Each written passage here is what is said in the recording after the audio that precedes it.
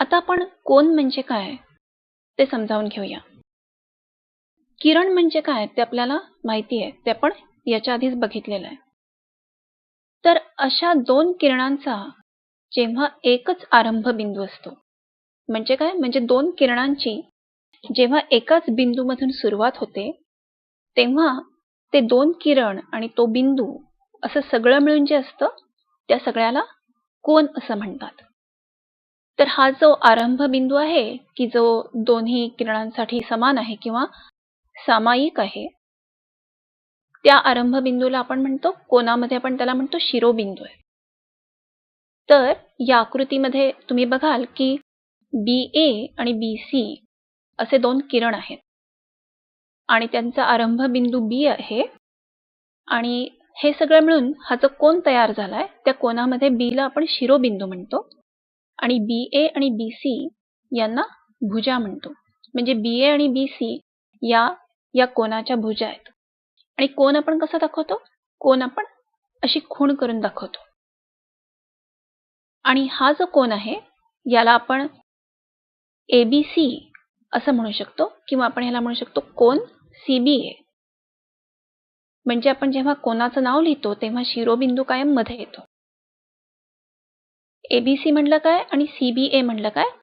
तो एकच कोन आहे, सारखाच कोन आहे. आता हे कोन आपण वेगळ्या वेगळ्या प्रकारे काढू शकतो. असे काढू शकतो, असे पण काढू शकतो किंवा असे सुद्धा दाखवू शकतो.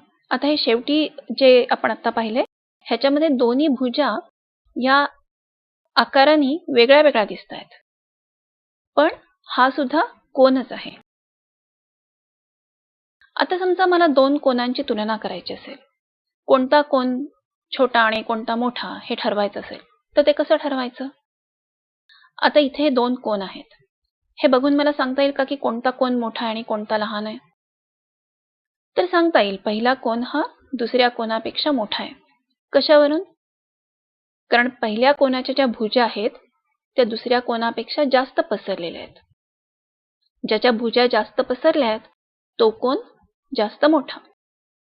आता ह्या आकृतीमध्ये हे सांगणं सोपं होतं कारण ते डोळ्याला सहज दिसतंय, पण दरवेळेला ते इतकं सोपं असेल का? आणि दरवेळेला त्याच्यामध्ये इतका मोठा फरक असेल का की फक्त डोळ्यांनी मला सांगता येईल? तर नाही सांगता येणार. त्यामुळं कुठला कोन मोठा आहे, कुठला लहान आहे किंवा कुठला किती मोठा आहे हे सांगण्याचा सगळ्यात सोपा मार्ग म्हणजे तो कोन मोजायचा. आता कोन मोजायचा कसा?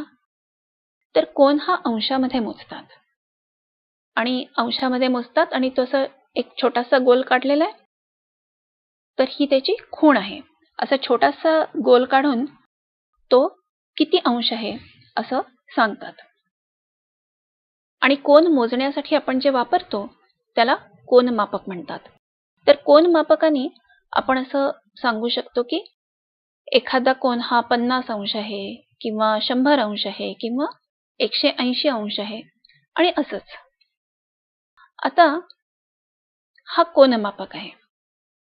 आता कोनमापकामध्ये आपण खाली जर पाहिलं तर खाली एक अशी ठळक रेषा दिसते, तिला संदर्भ रेषा म्हणतात. आणि या रेषेच्या मध्यभागी जे आहे ते केंद्र आहे. आता या कोनमापकावर दोन मापक आहेत, एक आतला मापक आहे आणि एक बाहेरचा आहे. तर आतला मापक जो आहे तो उजवीकडून सुरू झालाय शून्यापासून आणि डावीकडे असा अर्धगोलाकार 180 पर्यंत गेलेला आहे.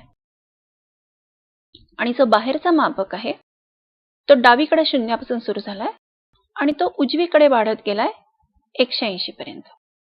तर असा हा कोनमापक आहे. आता हा वापरून मला जर कोन मोजायचा असेल तर कसा मोजायचा? आता हा माझा कोन आहे आणि हा मला मोजायचा आहे. अशा वेळेला आपण कोनमापक त्या कोनावर ठेवायचा. कसा ठेवायचा?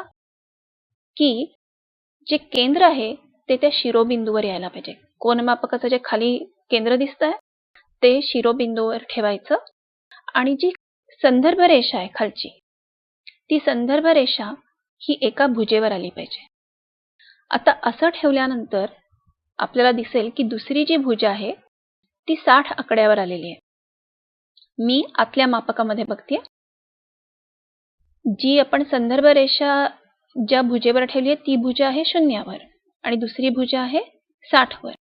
म्हणजेच हा कोन 60 अंशाचा आहे. आता माझा हा कोन आहे हा एकीकडे तोंड केलेला आहे. आता याच्या विरुद्ध दिशेला तोंड केलेला कोन असता असा तर मी कसा मोजला असता?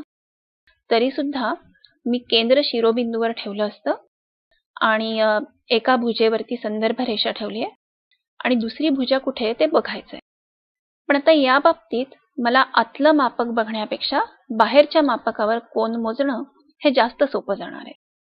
तर आता आपण जर पाहिलं तर एक भुजा आहे ती 0 वर आहे बाहेरच्या मापकाच्या आणि दुसरी भुजा 45 आणि 50 च्या मध्ये नक्की कुठे आहे ते बघून आपण हा कोन किती अंशाचा आहे ते सांगू शकतो. अशा प्रकारे आपण कोनमापक वापरून कोन मोजू शकतो.